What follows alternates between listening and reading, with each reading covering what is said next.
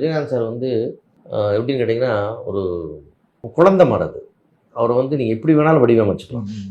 ஒரு டேரக்டர்கிட்ட போயிட்டாருன்னா, அவர் வந்து தன்னை வந்து ஒரு களிமண் மாதிரி கொண்டு போய் அப்படி கொடுத்துருவார். நீ எப்படி வேணால் சேவ் பண்ணிங்க. ஸோ அதை புது டேரக்டரோ, பழைய டேரக்டரோ, பெரிய டேரக்டரோ அவங்க என்ன சொன்னால் அப்படியே கேட்பார்.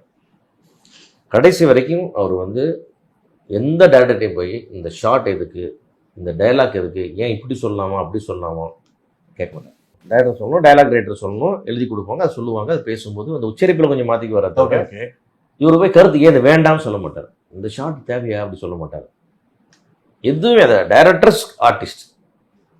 ஆனால் ரொம்ப கீழ் என்ன கேட்டிங்கன்னா, அது கரெக்டாக வந்து 8 மணிக்கெலாம் போய் ஒரு 7:30 மணிக்கெலாம் 7:45 ஸ்பாட்டில் நின்றுவார். 8 மணிக்கு ஷூட்டிங் ஆரம்பிக்கலைன்னா யாரோ படம் இவர் ப்ரொடக்ஷன் மேனேஜரை மாட்டுவார். ஏன் இவன் வரல, அவன் வரல, அவன் சீக்கிரம் எடுங்க, ஏன் ப்ரொடியூசர் காசை வீண் பண்ணுறீங்க, சும்மா படம் வருதுன்னு நினச்சிங்களடா, என்னவே படம் எடுக்கிறான், நீங்களாம் சும்மா வந்துட்டு இருக்கீங்க, ஏன் 8:30 மணிக்கு வர்றேன் நீங்களாம் எல்லாத்தையும் திட்டி அந்த ஷூட்டிங் வந்து கரெக்டாக நடக்குது. விஜயகாந்த் வந்தால் ஷூட்டிங் கரெக்டாக நடக்கணுன்ற எண்ணத்தை அவர் உருவாக்கி